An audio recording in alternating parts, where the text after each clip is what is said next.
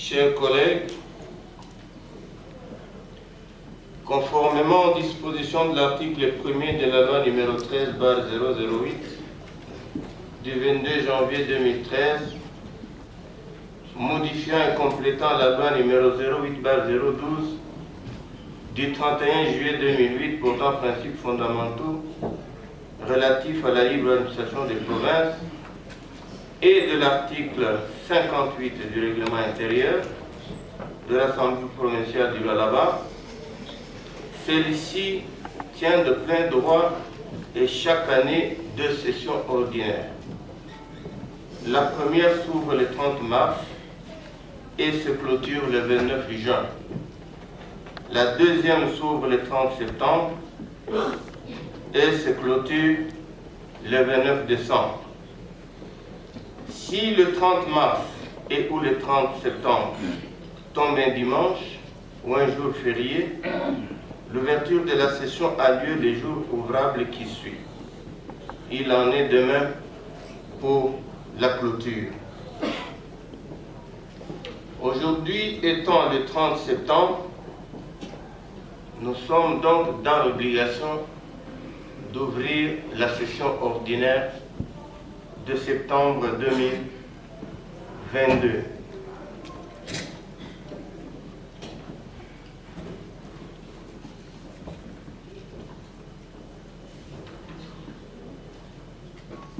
Excellences, Madame le vice-gouverneur de la province du Lualaba, honorables députés, chers collègues, Mesdames et Messieurs les membres du Conseil de sécurité, vénérables chefs coutumiers, Messieurs les représentants et chefs de confession religieuse, Madame le maire de Coluzi, Monsieur le bourgmestre de Dilala, distingués invités, tout protocole observé, Mesdames et Messieurs,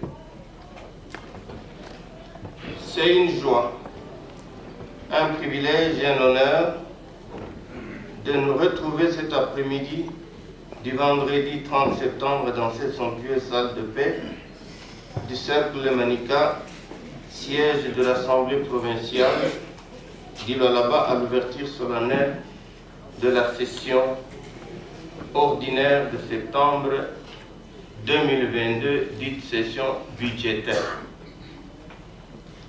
Force est de constater la présence parmi nous d'éminentes personnalités qui ont abandonné leurs charges en vue de répondre à notre modeste invitation, signe d'attachement et de soutien à notre institution, qui est le symbole de la démocratie agissante, de la cohésion et de l'unité des Lualabais. Qu'ils daignent trouver ici l'expression de nos remerciements fraternels et d'amitié renforcée. Néanmoins, l'Assemblée provinciale a été particulièrement affectée en cette période d'intercession par des événements douloureux. En l'occurrence, la disparition brutale de la tendre épouse de votre serviteur, Kamunitombo Mataïla Louis.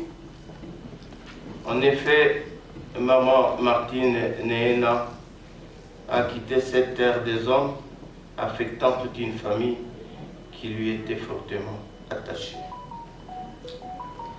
Bien plus qu'avant-hier, un fidèle collaborateur, en la personne de Pierrot Kassembe Mouenzé, chef de bureau et conseiller au bureau d'études de l'Assemblée provinciale, a été également arraché à notre affection.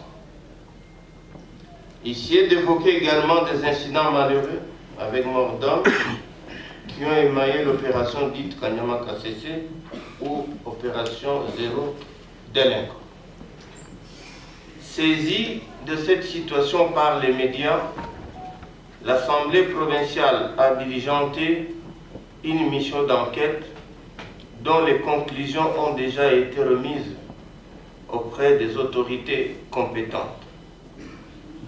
L'Assemblée provinciale en appelle à ces mêmes autorités d'en tirer les conséquences pour que des mesures appropriées soient prises dans les meilleurs délais afin de répondre aux attentes de la population. En mémoire de toutes ces pertes, je vous invite à observer une minute de silence.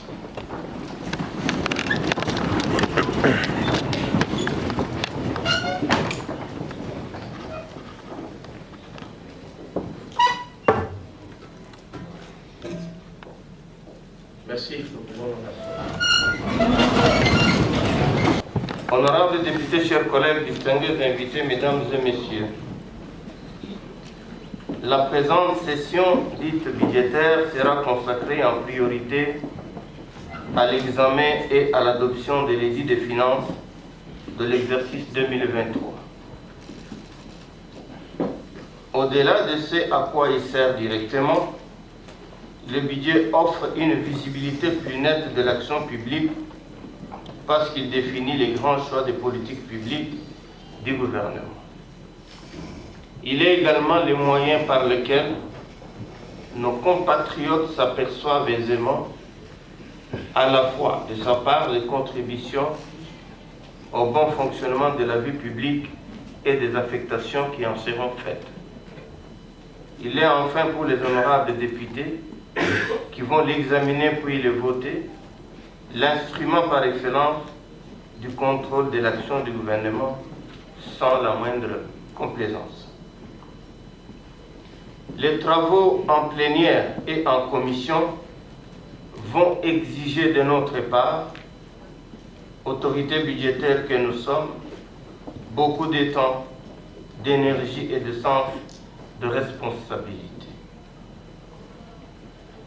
En tant qu'outil au service de la province, le budget de l'exercice 2023 doit mettre un accent particulier sur le volet social pour être en parfaite harmonie avec la politique du chef de l'État, son Excellence Félix-Antoine Tshisekedi Tshilombo.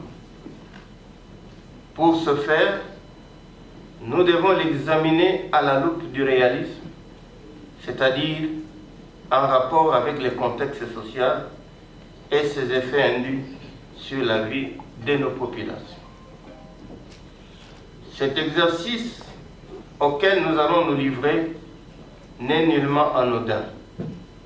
Nous devons donc nous en débarrasser assez vite, étant donné que les faits qui sont concernés relèvent du routinier et constituent un important travail du député qui a une implication sur la vie de la province.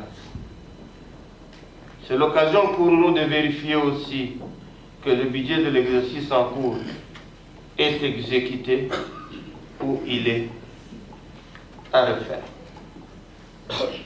Par cette exhortation, loin de moi l'idée de chercher à offrir un blanc-seing au gouvernement dans l'exécution du budget exercice 2020. Bien au contraire, autant je vous invite à garantir à l'exécutif tous les moyens qu'il juge nécessaires pour la bonne conduite des affaires de la province, autant je vous exhorte à exercer votre mission de contrôle de l'action gouvernementale sans le moindre atermoiement. Ne dit-on pas que la confiance n'exclut pas le contrôle? L'amélioration des conditions de vie de nos populations doit demeurer une préoccupation constante. À titre illustratif, au début de cette année, le carburant se vendait à 1500 francs congolais le litre, pour culminer aujourd'hui à 3700 francs le litre, soit une augmentation de 246,7%. Si l'on tient compte des incidences directes des prix de produits stratégiques, de ces produits stratégiques, sur celui des produits de première nécessité, il est facile d'imaginer la hausse conséquente des prix de tout ce qui est vendable. Honorables députés, chers collègues, c'est également dans cet esprit d'analyse des problèmes qu'il y a lieu de constater que la province enregistre de plus en plus de réclamations liées directement à l'exploitation minière artisanale, aux conditions de travail dans les entreprises minières et à la pollution de l'environnement, sans oublier les délocalisations sans indemnisation. Tout ceci interpelle autant le gouvernement provincial que l'Assemblée qui se doit de prendre des mesures énergiques dans ce secteur à la fois clé et problématique. Dans le cadre du contrôle parlementaire de la session de mars dernier, l'Assemblée provinciale a mis sur pied quelques commissions spéciales chargées du contrôle de la gestion de la redevance minière dans les entités territoriales décentralisées de 2019 à 2022. Ces commissions ont déjà rendu leurs rapports qui doivent être préalablement adoptés incessamment en plénière au cours de cette session. Ceci permet la mise en œuvre des recommandations y afférentes. Honorables députés, chers collègues, distingués invités, mesdames et messieurs, un autre point important de la présente session est l'analyse et le vote des édits, aussi bien que le contrôle de l'action du gouvernement. 2 propositions d'édits sont déjà sur le bureau de l'Assemblée provinciale. Il s'agit de proposition d'édit fixant les règles de perception des impôts, droits, taxes et redevances dues à la province du Lualaba. La proposition d'édit portant renforcement des mesures interdisant la consommation d'alcool et de stupéfiants en milieu professionnel, scolaire et estudiantine dans la province d'Iloire. Ces propositions d'édit sont déjà dans les circuits de routine et feront incessamment l'objet de présentations aux honorables députés en séance plénière. En outre, le contrôle de l'action gouvernementale, volet très important de nos missions régaliennes, retiendra comme de coutume toute notre attention. En plus de ces activités, honorables députés, appuyés par les fonctionnaires de l'Assemblée provinciale, poursuivront les descentes sur terrain pour entretenir un dialogue permanent avec la population. Il y a lieu de retenir aussi les activités liées au renforcement des capacités des honorables députés et des fonctionnaires parlementaires. Honorables députés, chers collègues, distingués invités, mesdames et messieurs, la campagne agricole 2021-2022 a fait l'objet de sérieuses inquiétudes et la physionomie de cette campagne s'annonce sous de mauvais présages. L'Assemblée provinciale continue à suivre aussi étroitement que possible cette situation jusqu'à ce qu'elle soit réglée pour cette campagne 2022-2023. J'encourage le gouvernement provincial à soutenir ce processus dans les limites de ses moyens. Chers collègues, je voudrais donc souligner que nous n'avons pas besoin d'autres explications pour nous rappeler l'importance de la présente session.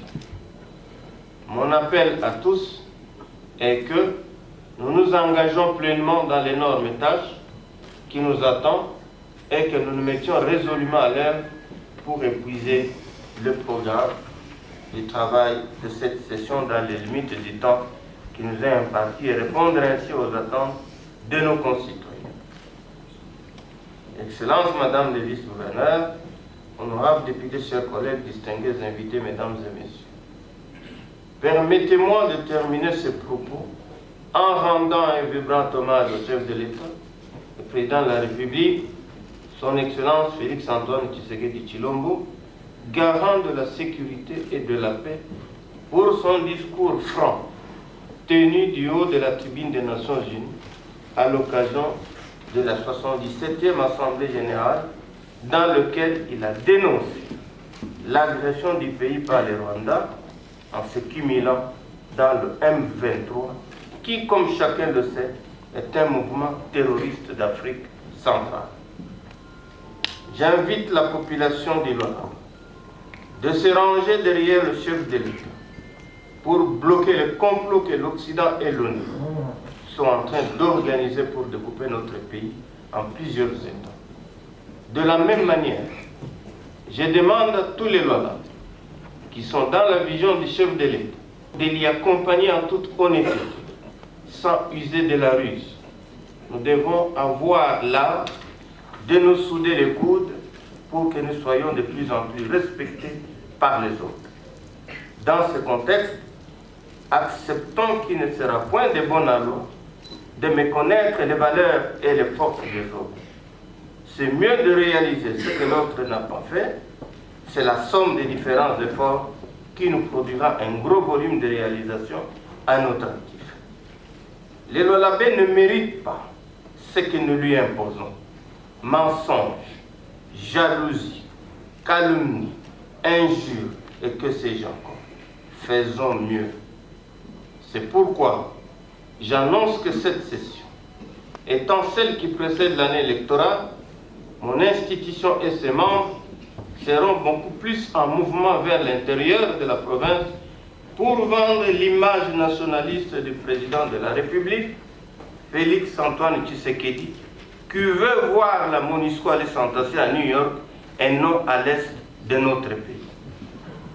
Cette position du président Tshisekedi est à soutenir par des marches de colère contre la partition de notre pays que la MONUSCO est en train de préparer à bas de jeu.